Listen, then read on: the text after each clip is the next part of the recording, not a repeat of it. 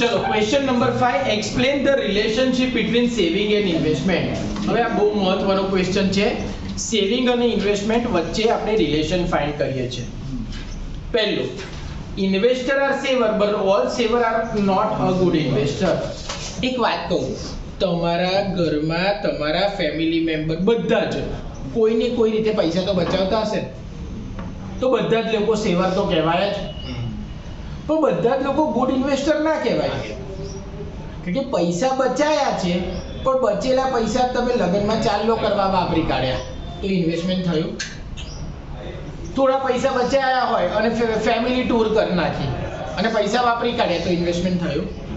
તો બધા સેવર તો હોય જ. બધા ફ્યુચર કન્ટીજન્સી કે કોઈ પણ પર્પઝ માટે, એન્ટરટેનમેન્ટ માટે પૈસા તો બચાવતા જ હોય, પણ બધા જ સેવર કઈ ગુડ ઇન્વેસ્ટર નથી. એ પૈસાને તમે રિટર્ન અર્ન કરવા ઇન્વેસ્ટ કરો તો ધેટ ઇઝ ઇન્વેસ્ટર. પણ જો તમે ગુડ રિટર્ન અર્ન કરો, good return in the sense inflation કરતા વધારે કમાઓ, તો તમે શું કહેવાઓ? સારા ઇન્વેસ્ટર કહેવાઓ. Second, saving are sometimes autonomous and sometimes induced by the incentives like fiscal concession or income or capital appreciation. Autonomous એટલે બસ રૂટીન હોય, આપણે રૂટીનલી પૈસા બચાવતા હોય. ઘણી વાર નક્કી કરે એક ગલ્લો છે, જે બી આવક થાય એમાંથી અમુક રૂપિયા ગલ્લા મૂકવાના, તે શું થઈ ગયું? એક પ્રકારનું સેવિંગ જ થયું ને, તો એ ઓટોનોમસ સેવિંગ કહેવાય. આ ઉપરાંત એવું કહેવામાં આવે છે કોઈ ફિસ્કલ કન્સેશન ઓર ઇન્કમ ઓર કેપિટલ એપ્રિસિએશન, કોઈ પર્પઝ માટે આપણે આ પૈસા ઇન્વેસ્ટ કરતા હોય. The number of investors is estimated about 50 million out of the population of more than 1 billion in India.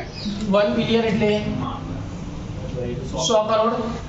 તો 100 કરોડની પોપ્યુલેશન છે, એમાંથી 50 લાખ લોકો જ 50 કરોડ લોકો જ શું છે?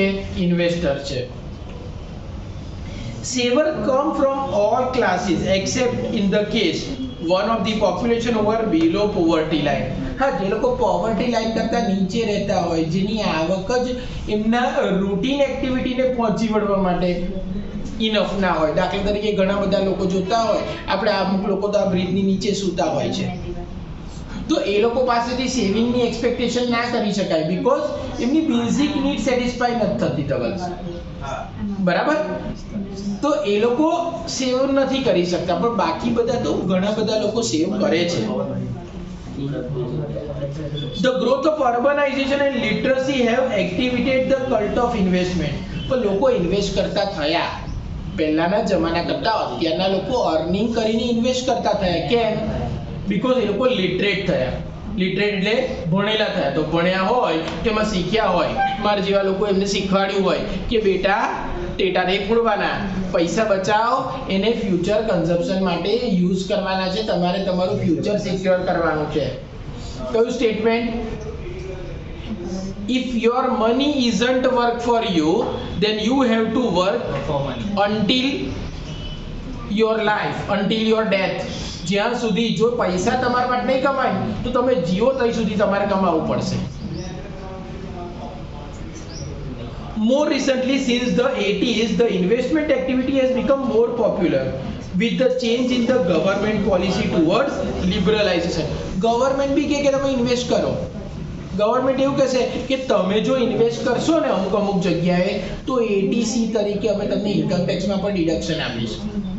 એટલે ગવર્મેન્ટ બી લોકોને આકર્ષે છે કે ભાઈ પૈસા રોકો તો અમે તમને ડિડક્શન આપીશું. ગવર્મેન્ટ કહેશે ઇન્ફ્રાસ્ટ્રક્ચર બોન્ડમાં રોકો, ઇન્ફ્રાસ્ટ્રક્ચરના મ્યુચ્યુઅલ ફંડમાં રોકો, તો ત્યાં તમને રિટર્ન બી મળશે અને અમે તમને ઇન્કમમાંથી ડિડક્શન આપીશું, એટલે તમે એના પર ટેક્સ ભરવો પડે નહીં. તમે એલઆઈસીની પોલિસી લો તો એના બદલામાં પણ શું થશે? તમારા તો પૈસા બચશે, સાથે સાથે અમે તમને ટેક્સમાં પણ માફી આપીશું અને એલઆઈસીના પૈસા તમને મેચ્યોરિટીમાં મળશે, એના પર બી અમે કોઈ ટેક્સ લઈએ નહીં.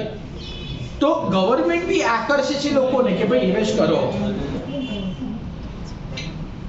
The process of liberalization એટલે ઉદારીકરણ અને privatization એટલે ખાનગીકરણ was accelerated by the government policy changes towards the market oriented economy. The economical and financial reform started in July 1991. તો ઇકોનોમિક રિફોર્મ ક્યારે થયો?